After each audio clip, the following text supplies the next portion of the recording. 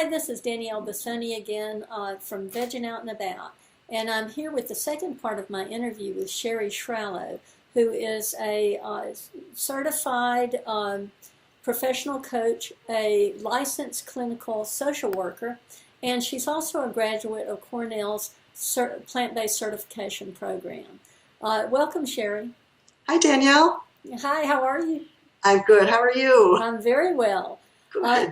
I want to go back to our discussion that we were having and talk to you a little bit about what you're doing now.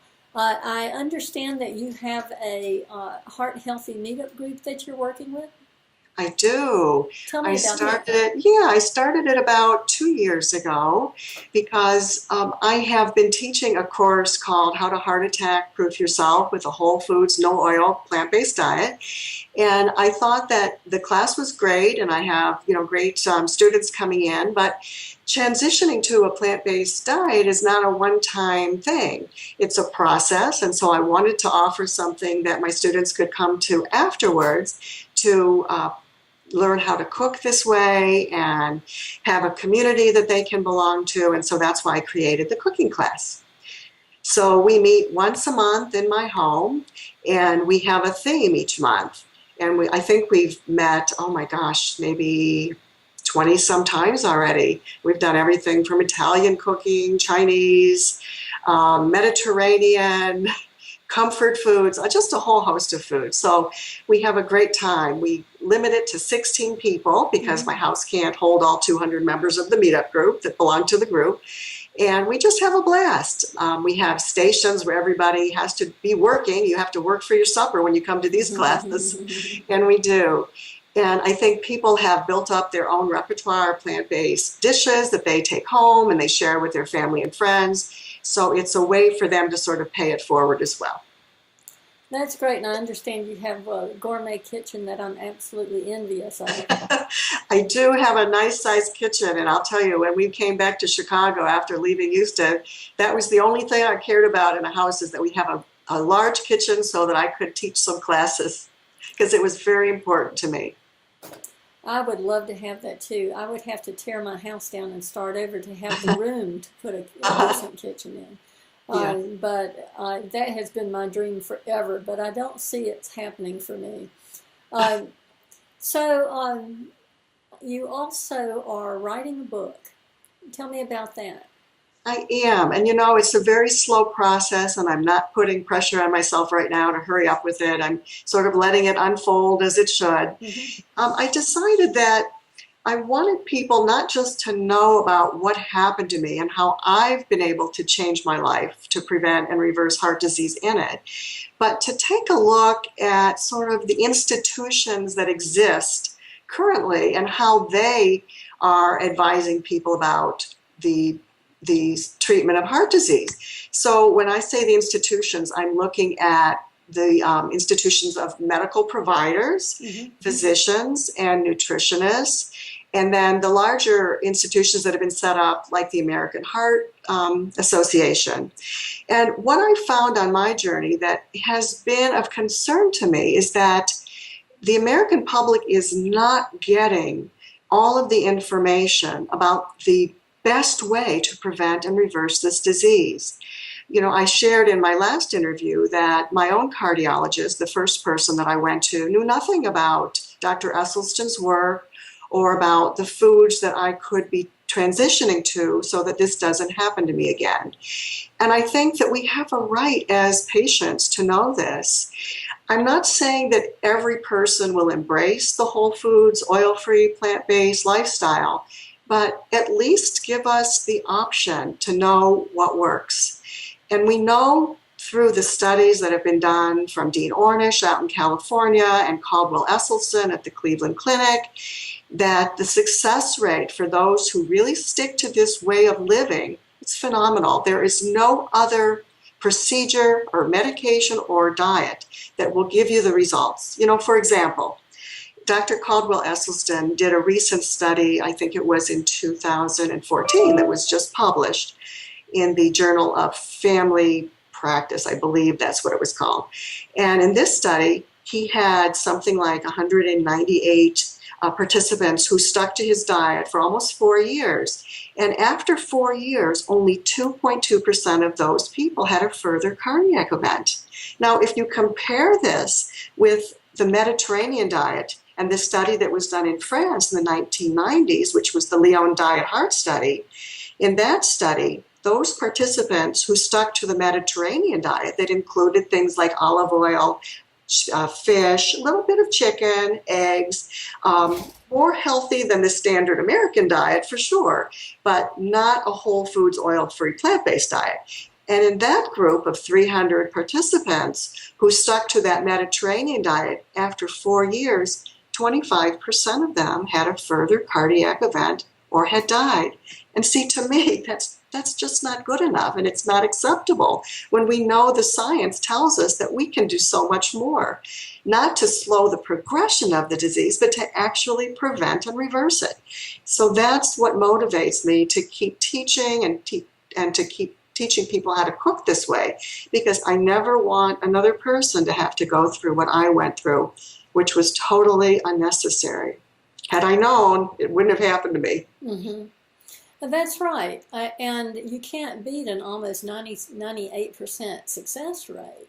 Right. That never happens in anything. Do you get a result that's that powerful and that cut and dry? Esselstyn is just a marvel. Yes. And you can reverse all sorts of diseases. You can reverse diabetes. You can reverse. You can almost entirely eliminate the symptoms of MS. Right. You can reverse kidney disease, as they've shown with the rice diet. And this information has been around for a very long time, over 30 years, and people are just waking up to it. And the reason is money. It doesn't. It costs a lot less money to buy broccoli than it does a handful of pills. It sure does. It sure does. So, as I write my book, I feel that I'm having the opportunity to not only talk about the problems, but to offer solutions as well, because I think it's not good enough just to gripe about something. Mm-hmm. We have to do something. And I think that my goal is to have people all over the United States have groups like I do, or to do something in their own communities to help people with this transition. We all aren't going to be famous, and we're not all going to be known throughout the country, but it doesn't matter. What we do in our communities is what really matters. And we can make a difference. I'm sorry. I say, and we can really make a difference. I saw something come across my Facebook page yesterday that I thought was really good, that if every vegan were to try to get one person a year to become plant-based, and by plant-based I mean whole foods plant-based, right, you can have a very unhealthy vegan diet. Sure can. Because Coca-Cola and French fries are technically vegan, but you will not thrive on that type of a diet. And I think it's a very good idea if we just reach out and just plant the idea in someone's head that there's a better way than holding on to a bag full of pills. Absolutely. I went to a doctor one time, and every single person in that clinic had a big Ziploc bag full of pills. Right. And I thought, oh my goodness. And I remember when I had 4 pill boxes, and I had pills in them to take several different times a day. And now I take nothing but a vitamin B12 tablet. Me too. Yeah. Pretty much, yes. Yeah, yes. we were not born to live on pills. Right. And why we accept that is crazy. I know. And Danielle, I think that a lot of our changes are going to come when medical students are taught about nutrition in medical school and taught about plant-based nutrition, mm-hmm, and the power for its ability to prevent and reverse the diseases you mentioned. And I think also that when physicians start to receive training on this, and it's happening, mm-hmm, there are many continuing education courses now that will start to teach doctors about this, and they're filling up, which is encouraging. But there's a lot of doctors to educate. And again, I think, doctors are rewarded for giving out prescriptions and for doing procedures, and they get paid when people are sick. You know, they keep us sort of sick enough to come back. So the whole way doctors practice medicine hopefully is going to shift over time from sick care to more well care. But they're going to have to be reimbursed for that. I mean, they went through a lot of years of training, and I feel for them. You know, they were taught one way, and now here we're coming at them and saying, but there's a different way and a better way. And I do feel that they should be financially rewarded for getting people to change their diet and eat this way. And if they can hold classes and give continued support through their practice, then let's pay them for that. They deserve. And I do see that happening. Kaiser Permanente, with 17,000 doctors on their payroll, are directing their doctors, all of their doctors, to prescribe a plant-based diet. I know. And the exciting thing about that is they're paid to keep people well, not to. So it makes sense to them that, okay, if it prevents heart disease, if it reverses heart disease, if it reverses diabetes, if it gets rid of obesity, if it helps with all of these autoimmune diseases like rheumatoid arthritis and MS, you know, why in the world wouldn't you do it? I know.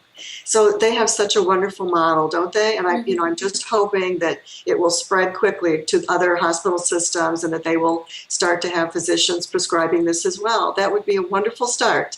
But it's not just the prescribing, though, is it, Danielle? You have to give people a community and support afterwards. You can't hand somebody a piece of paper and say, here's how you transition to a plant-based diet. You know, I did it on my own, and it took a lot of effort and work on my part. But I don't know if everybody would do what I did. So we've got to be there for people. We've got to help them. And I think that's why I think every community has to have a group like mine where you can come and eat together, talk about what's happening with the research, inform people. Education is it. It's powerful. Once we know what the science is telling us, then we can make better choices for ourselves. It really encourages us to do so, I think. Yeah, I was giving a class I was giving a talk in Boone, North Carolina at their wellness center. And I had a discussion with the woman who directed this brain injury group that I talked to. And she said that the doctors there are prescribing plant-based diets now. And she said, but there's a disconnect between the prescription and teaching people how to do that. And so she's trying to start a wellness class within the center so that people can come and take classes and learn how to create plant-based meals that are simple and delicious. And I think one of the problems is that people don't get how really delicious it is. Right. They've got to taste it, don't they? Yeah. Yeah. When I teach my classes on how to heart attack proof yourself, the second part of the class is a huge buffet of food that I prepare, that we all sit down and have this beautiful meal together. And I think my success rate in those classes is well above 50%, that those people start transitioning. That's pretty good. And then they come to my cooking classes and they're ready to roll. So, well, you're doing really wonderful work. When do you expect to have your book available? Do you have any idea? You know, I'm not sure. As I said, I'm not hurrying. I'm really trying to be thoughtful and going over things and over things. So, you know, I would say within maybe the next year, hopefully. It takes much longer than you think it will. It does take a long time. I've been at it for a few months now. Yeah. And I've got the core of the book is there. But every time you go through it, you're tweaking it and tweaking it. And I'm adding a chapter. My yoga teacher and meditation teacher and dear friend is going to write a chapter about how yoga and meditation is so critical and such a great part of the Wholefoods lifestyle. Because it's not just feeding our minds, but it's soothing our souls and being good to the planet. And she's going to talk about all those things in her chapter. So it's expanding as I go along. And I think Dr. Ornish, is a real believer in meditation and yoga because of it calms the mind, it lowers blood pressure, and it would be very beneficial in addition to a whole foods plant-based diet. They go hand in hand, and I want to make that connection. It's not just what we put in our body, but it's how we think in our minds and our spirit. Before we go, let me ask you to clarify for people who may not be familiar with a whole foods plant-based diet, just exactly what that means. Sure. So for me, it means shopping on the perimeter of the grocery store. It means eating things that come from the ground, come from the earth, that are whole, fruits and vegetables, whole grains and legumes, things like that. Beans are an integral part of our diet. Everything that's natural, that you don't have a label to read, or if you do look at a label, it's what it is. It's nothing added. I always say, if you can't pronounce it, put it back on the shelf. That's right. That's right. Yes. And what is your take on organic food? Well, I'm a big proponent of it because I worry about what's being put on conventional produce, the pesticides and the herbicides, and in putting those into my body. So whenever possible, I buy organic. And, people say, but it's so expensive. But I say, but beans aren't expensive.